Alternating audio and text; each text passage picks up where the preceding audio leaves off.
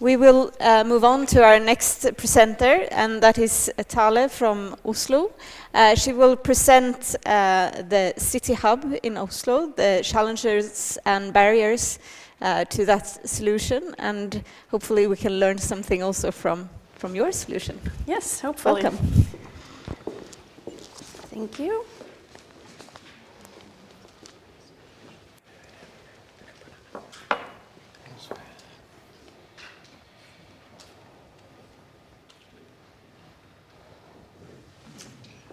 Thank you. Yes, my name is Tale Ørving. I am a researcher at Institute of Transport Economics, and I mainly work with issues within city logistics. And today I'm going to talk about a new project called Oslo City Hub, which is a transshipment terminal in Oslo city center operated by DB Schenker. So it's not a consolidation as we think about when we look at the Lindholm's leveransen, but operated only by one service provider. The background of my presentation is that my colleague Olav Eidhammer and me, we have done an evaluation of the process from idea to establishment of this hub. So we have only looked at the planning process, but we will also evaluate the operation of the hub at hopefully a beginning of next year. This is Oslo City Hub. It is operated by Schenker. They use it as a cross-docking terminal. So trucks are coming in every morning to fulfill the terminal, and electric vans and electric cargo bikes distribute last mile logistics in the city center. And as you can see, they have 8 electric vans from this terminal that they invested in due to this project.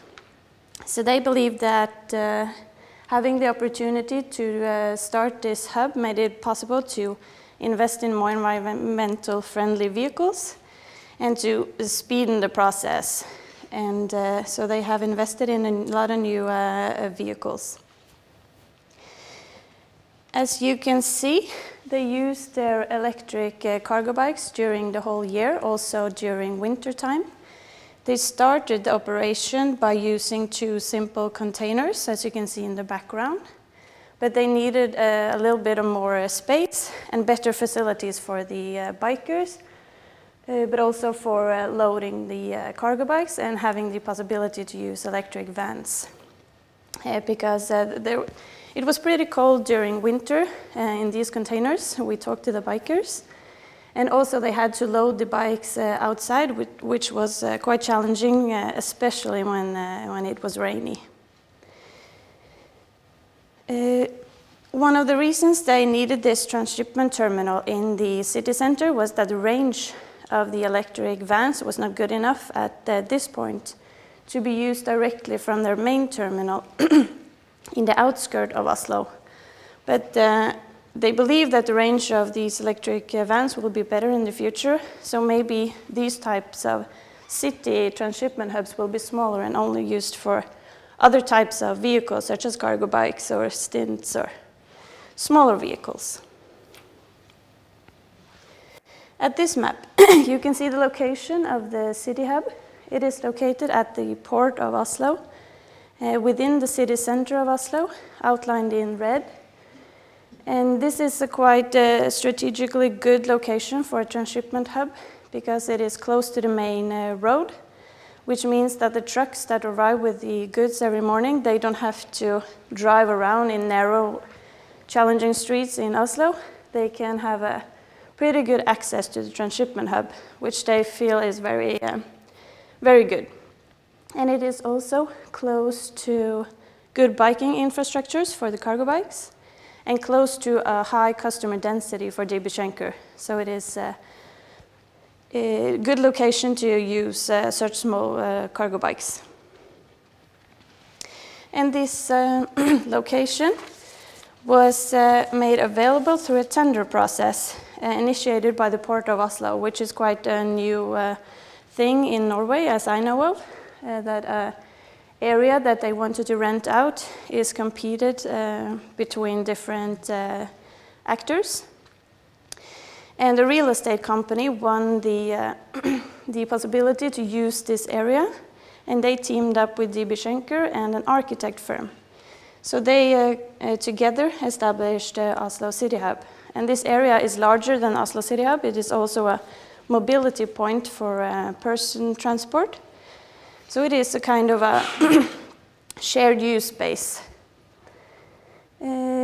One downside to the project is that it is temporary. The lease period only runs until April 2021, which means that DB Schenker only has 2 years to figure out if this is a distribution solution that they want to continue to use. But they feel that in 2 years they are able to show whether this is a sustainable solution for the city that might be something that the municipality in Oslo want to facilitate in the future. So they hope that if it shows to be a good solution, maybe the municipality of Oslo will grant or help with areas, other places in Oslo, so they can move this transshipment terminal to another location.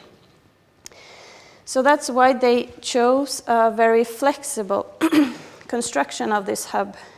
And this was an idea by the architect that was in the project, using shipping containers. And that means that it is easy to set up. It is quite easy to change in design and function if they see after 1 year that this doesn't work as it should. And it is quite easy to move to another location and even to resell and reuse for transport purposes. So that means that they lower the risk of this investment of shipping containers because they can be used for transport purposes after being used as a building. Of course, not the ones that have had windows installed. They might be reused as building other places. So this is something that they figured out together, and the building process actually took less than 1 month, so it was quite efficient. So it was the planning process that took most of the time to realize this project. Here you can see the milestones of the planning process.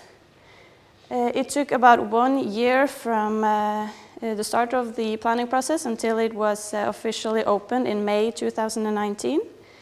And one of the biggest milestones along the way was to have a building application granted from the City of Oslo Planning and Building Services. So this was something they worked a lot on the detailed description of the functionality and the design of the hub to get this building permit. And they also needed to have a permission from the Norwegian Public Roads Administration because it was located quite close to the main roads for safety reasons. And also they needed to have a final acceptance from the Port of Oslo on the final concept and design. So even though this was a private initiative with only private project partners, they needed to have public support along the way to have it realized. So this is something that we see is not that easy to have private initiatives like this without the public support. And this is also one of the success criteria that we see in this project, public support. But we have also listed some other success criteria that we have identified. And one of those I already talked about was a flexible and a simple design and structure of the hub. This was to make the most out of the leasing period, because the leasing period was 3 years, and they used 1 year for planning and then 2 years left for operation. So then they needed a construction that was easy to build and also easy to change because they needed to make a lot of fast decisions. So maybe they ended up with a solution that wasn't optimal, but then they had the opportunity to change something. Another thing is suitable and available location in the city center. It is not just about finding freed up spaces in the city center, it needs to meet a lot of requirements from the logistics service providers in order for it to be a profitable and a sustainable solution. It has to be close to a customer density that is high enough for it to be feasible to use electric vehicles. Trust between the project partners showed to be very important because it had to be a speedy process. It has to go fast. A lot of investments and time resources were used before contracts were signed or any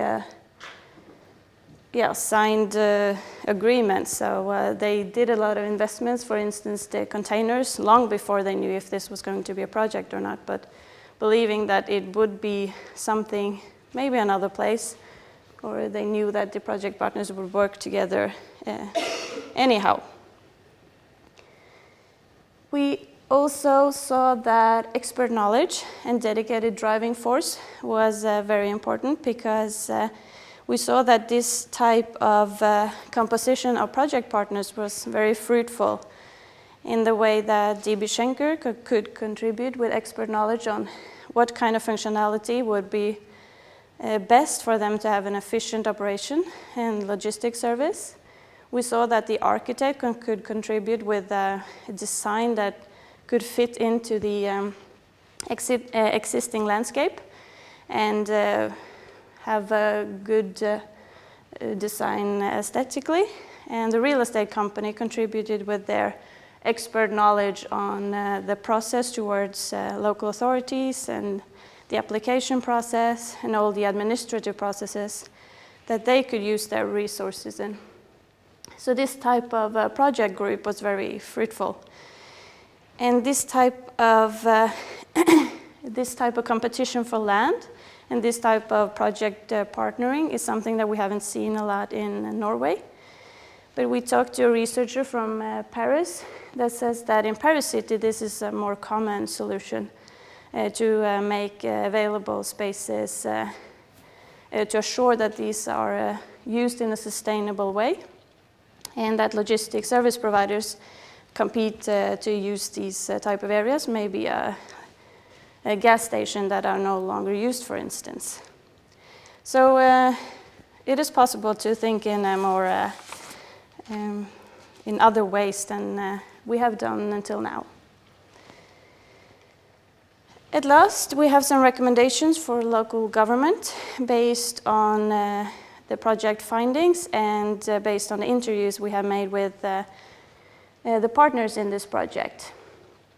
These are all quite city logistics as general, but the first is that there is a hope that there will be more of a common strategy on city logistics between different agencies, because what we saw now is that different agencies within the authorities does not have the same goal for city logistics and what they want to facilitate for. Increased predictability for the users is important because not just thinking about the timeline for this land, which is 2 years, but they don't know for sure what will happen after these 2 years. And also they talked about charging infrastructure, both on the site, how much will it be profitable to invest in, but also in the city center in general. And also logistics service providers would want more information about the changes that will happen in the city upcoming years, so they know what kind of solutions will be profitable for them to invest in, and not knowing what kind of city streets will be closed, parking spaces will be removed or increased. They don't know much about what changes will happen. Facilitate a transition to zero-emission solution in freight transport, like the ones this transshipment hub. It was not facilitated for, but other types of similar solutions. Maybe have some land offset for logistics purposes, for instance. Increased understanding of freight transport and prevailing trends was something that came up in this project, that the municipalities doesn't know enough about what is going to happen in the future in logistics. They are a little bit behind, especially with regard to e-commerce and what kind of consequences that will have. Long-term plan and engagement in freight transport, and also to include industry players when these plans are made, and facilitate testing and experimentation of new distribution solutions. We have seen that in other pilot projects, being able to test the solution gives a lot of answers that the logistics service providers wouldn't have had the opportunity to have if the municipality didn't facilitate for testing periods.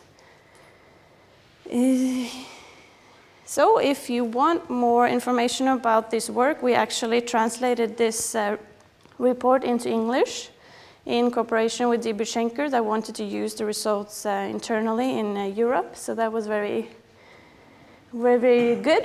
So the whole report is on our web page. And we are going to also to evaluate the operation of the process soon. So hopefully this will also be translated into English. Thank you.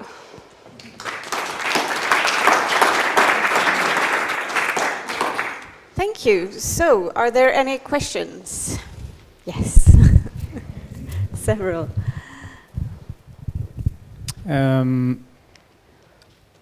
Let's see. I had so many questions. But let's start. Would it be possible to use the Oslo City Hub for all distribution to businesses and so forth? I mean, theoretically, and if so, how could it be done?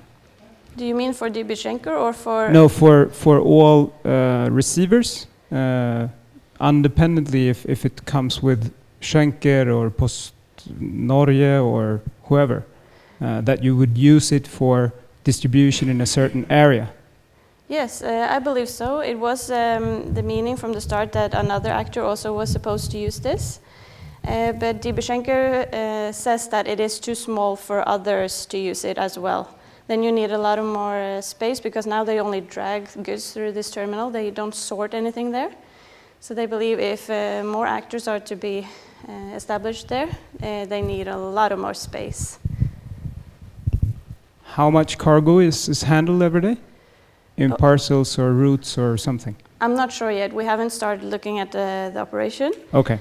But at least filling 8 electric vans and 3 cargo bikes. So it needs to be some amount. I'm not sure how much. Yep. But we will look into it. Okay.